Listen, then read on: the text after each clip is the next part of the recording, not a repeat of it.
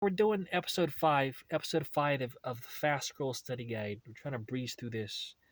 So some of these videos in the last two videos have been really quick to explain. Like I don't need to explain oatmeal to you, you know. Um, and if you really wanted it explained, you could read the guide. This guide is just to tell you like how you are intended to interpret the scrolls.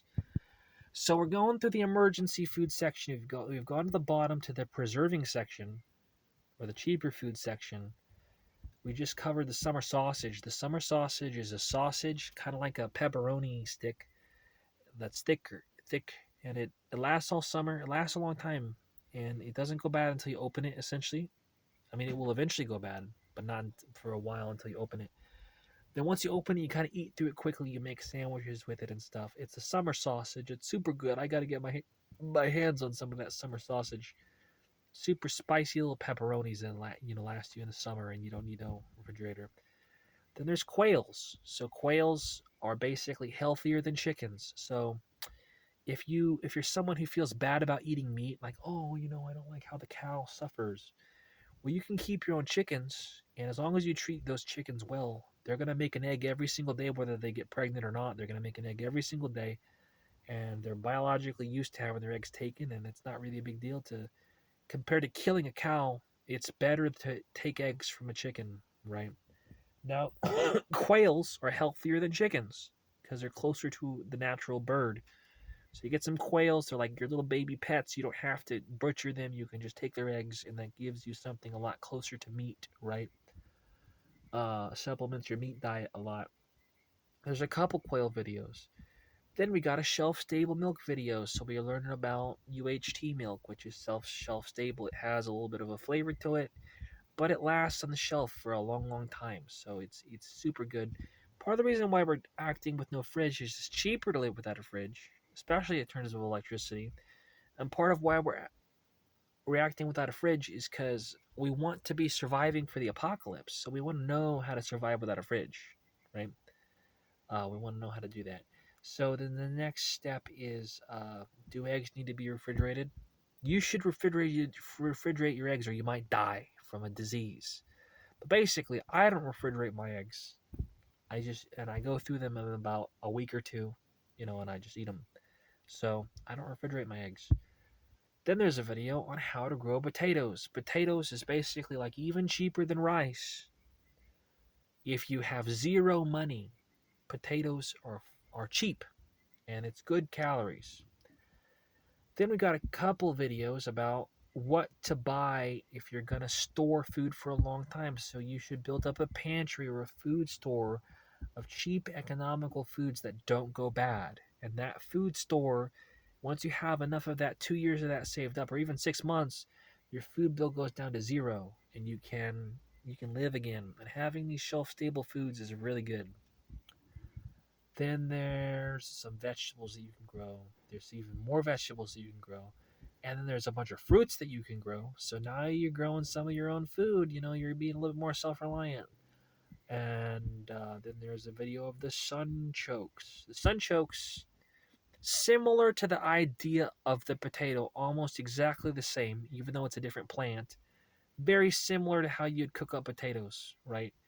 The difference is sunchokes are even easier to grow than potatoes, and that's the idea. Is that once you plant them in the ground, they're pretty much just going to grow forever, and you don't have to worry. But you just come and take some when you want them. So those sunchokes are super good. Then there's this video on the bottom. I kind of threw this in at the last minute. This is a video about preserving Hello, meat, welcome to. but it seems like it's made by AI, Finally, so I we don't know how good this off. video is. But you can Successful. preserve your meat, right, and have that on the shelf ready to go. So that is the emergency food section. We've gone through the whole thing. Now we're back in the survival section. We're going to cooking. So there's only really a few takeaways from the cooking section. First of all, there's the idea of the canteen cook set. The canteen cook set is almost a complete kitchen, missing a spork, missing a scrubber. But that canteen cook set is going to take you real far for not much weight. Super awesome, right? Then we learned that, hey, you don't need a water purifier you might need a heavy metal filter, but you don't actually need a water purifier because you can boil your water, right? And that'll clean it. The next step is the idea that you can eat coffee beans. So like if an emergency comes, you could just get coffee beans and chew on them and eat them, and that would give you energy, right? Just be aware that you don't want to eat like a whole pound of coffee beans like food. It's not, if you eat too many of them, you can get sick. Then there's a video about how to make coffee in a pot. Basic cowboy coffee. So now we got our morning coffee figured out. We got, because a lot of minimalists are like, oh, how am I going to do my morning coffee on the go? That's what this is for, right?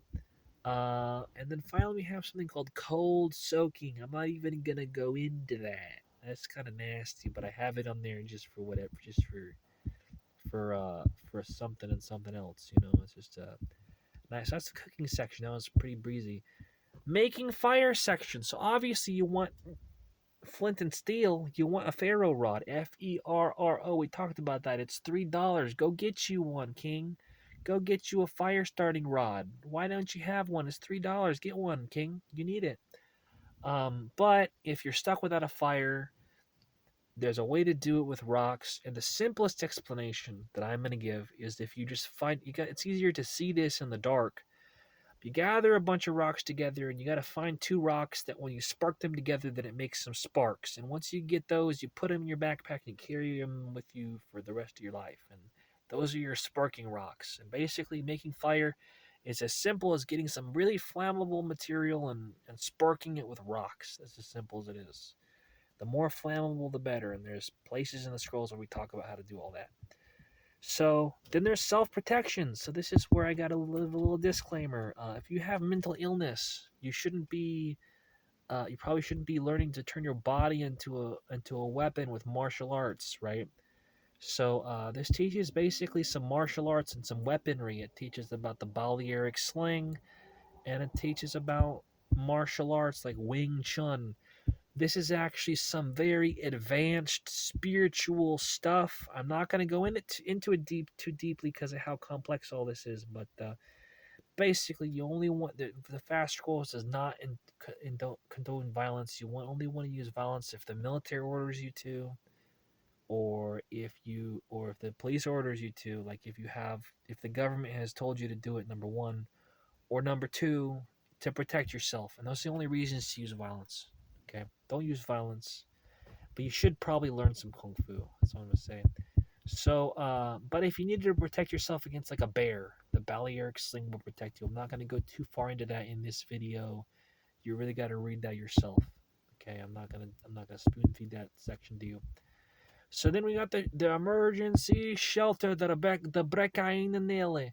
So we've got first we start with the debris shelter. You definitely should learn how to build a debris shelter. If these videos don't explain it, go on YouTube, look how to build a debris shelter. It's super easy. It takes 30 minutes. A debris shelter will absolutely protect you in the woods. Then there's a debris bed. So you can get a bunch of grass, which is similar to hay, and you can make a bed out of grass, right?